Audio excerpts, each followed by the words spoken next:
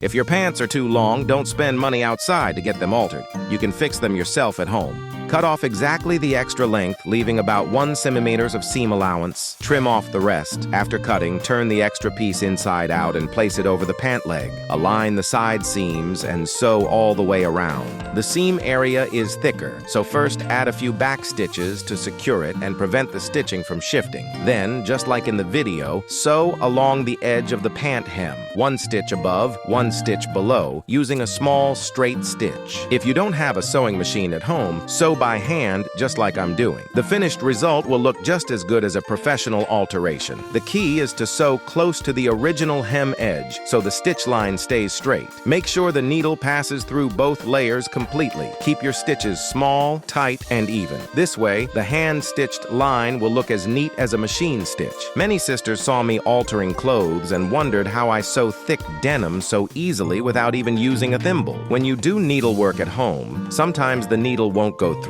It won't pull easily, and if you push too hard, the needle may break. That's because you're using a weak, thin iron needle. I'm using a professional tailor's steel needle. Sharp tip, smooth body, and strong penetration, so sewing feels effortless. After sewing all the way around, make a knot on the inside and cut off the excess thread. This stitching method comes out very neat. Now trim off the extra frayed edges. Start the overlock stitch by bringing the needle out from the inside, insert it beside the exit point, wrap the thread around the needle, pull the needle through, then move forward a small step. Separate the thread, loop it over the needle again, then pull through. This double thread overlock stitch is fast and strong. Sisters who don't know how to do it should save this so you can find it later. After finishing the whole circle, whether machine washed or hand washed, the edges won't fray or come apart. Once you're done, turn it over and check. The original hem and stitching line are perfectly preserved, and the inside overlock is clean and tidy too. Doesn't it look just as good as the alterations you pay for? Simple, easy to learn. Give it a try.